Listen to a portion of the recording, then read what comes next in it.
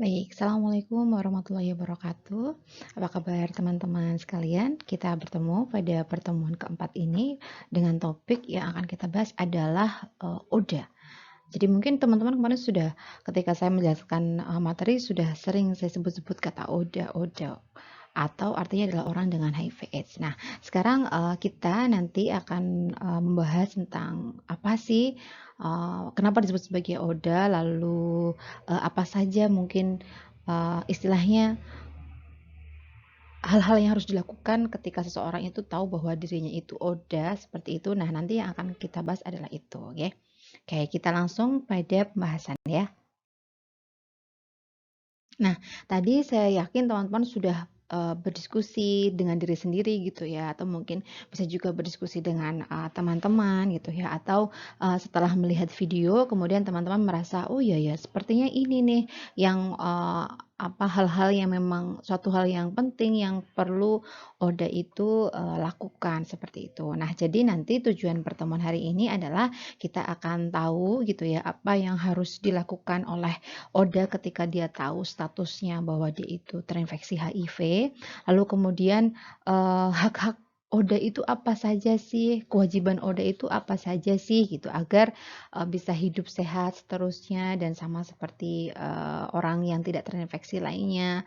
Kemudian bagaimana pola hidup yang harus dijalani oleh Oda seperti itu ya. Jadi itu adalah poin-poin yang akan kita bahas dan saya harapkan teman-teman bisa memahaminya setelah mengikuti pertemuan pada hari ini. Nah, sekarang kita akan masuk pada pembahasan yang pertama. Jadi kita mengenal dulu sebenarnya apa itu ODA gitu ya. Mengklarifikasi terminologi yang sering digunakan. Jadi untuk menyebut seseorang itu menyintas infeksi HIV gitu ya, disebut sebagai ODA atau orang dengan HIV/AIDS atau juga ada istilah juga OHIDA. OHIDA itu artinya orang hidup dengan HIV/AIDS. Kalau dalam bahasa Inggris ada yang disebut sebagai PWA atau PWA yang disebut sebagai People with AIDS atau PLWA People Living with AIDS atau PLWHA itu adalah People Living with HIV/AIDS. Jadi sebenarnya ini adalah sebutan untuk penyintas HIV gitu ya, penyintas infeksi HIV atau yang terinfeksi HIV. Nah, sebenarnya kenapa dikatakan atau digunakan istilah orang dengan gitu ya, atau seseorang yang hidup dengan itu maksudnya apa? Karena itu sebenarnya digunakan dan ini merupakan sebuah kampanye yang tujuannya itu untuk mengurangi stigma atau istilahnya pelabelan negatif gitu ya, atau pandangan negatif untuk orang yang menyintas HIV ini seperti itu. Jadi sebagai pengganti kata penyintas, penderita maupun pengidap yang itu dikonotasikan negatif oleh orang seperti itu. Jadi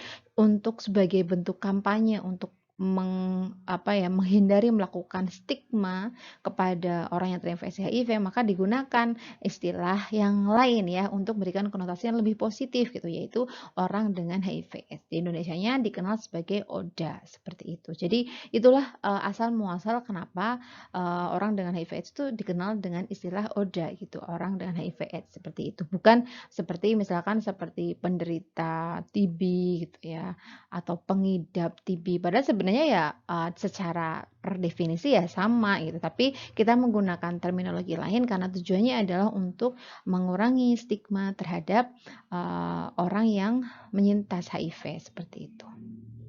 Oke, jadi sepakat ya kita akan menyebut orang dengan HIV/AIDS, orang yang terinfeksi HIV/AIDS dengan kata ODA setelah ini ya. Oke, sekarang kalau di Indonesia ada juga istilah OHIDA. OHIDA adalah orang atau anggota keluarga yang hidup bersama dengan ODA dan mereka memberikan perhatian kepada mereka. Nah, pada tingkat sosial memang adanya komunitas OHIDA atau orang yang hidup bersama dengan ODA ini memang tujuannya adalah untuk membantu mengurangi stigma dan juga diskriminasi gitu. Dan ini menunjukkan sebenarnya adalah bahwa ada anggota keluarga yang menerima gitu ya, ada masyarakat, kelompok masyarakat yang menerima dan mengenal ada ODA dan kemudian mereka fine istilahnya, oke saya hidup dengan, anggota keluarga yang ODA seperti itu. Jadi ini menunjukkan bukti penerimaan. Jadi memang penyebutan OHIDA kemudian ODA itu memang ditujukan untuk istilahnya mengurangi adanya stigma dan juga diskriminasi terhadap ODA itu sendiri. Nah, kemudian hak-hak ODA ya. Jadi, tentu saja karena ODA itu ya sama seperti orang yang kemudian terinfeksi penyakit gitu ya. Jadi seseorang yang terinfeksi penyakit itu sama seperti seseorang yang terinfeksi batuk gitu, terinfeksi virus yang menyebabkan batuk gitu. Atau sama seperti misalkan orang yang terinfeksi dengan SARS-CoV gitu ya, corona seperti itu, COVID-19 atau coronavirus disease 19 seperti itu. Atau sama juga seperti seseorang yang terinfeksi tuberkulosis, sama seperti orang yang terinfeksi misalkan tipes gitu ya. Jadi sebenarnya dia sama dengan orang yang sakit pada umumnya. Jadi ODA adalah orang yang sakit seperti itu.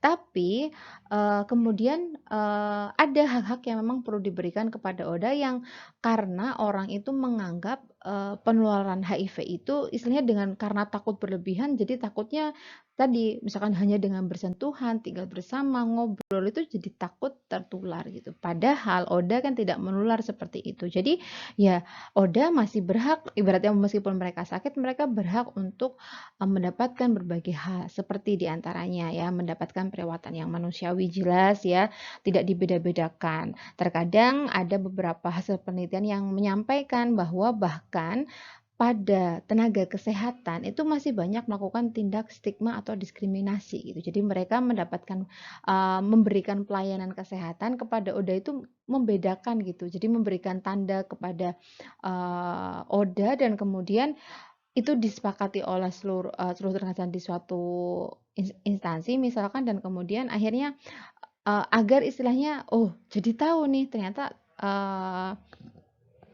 pasien ini adalah pasien ODA seperti itu dan kemudian memberikan perawatan yang berbeda. Ada case seperti itu yang disampaikan berdasarkan hasil penelitian. Nah, itu menunjukkan bahwa haknya seseorang untuk mendapatkan perawatan yang manusiawi dan tidak dibeda-bedakan itu masih banyak yang belum. Nah, oleh karena itu, kita belajar di sini tuh tujuannya agar kita memberikan hak ODA, yaitu memang haknya dia yang pertama adalah mendapatkan perawatan kesehatan yang manusiawi dan tidak beda-bedakan.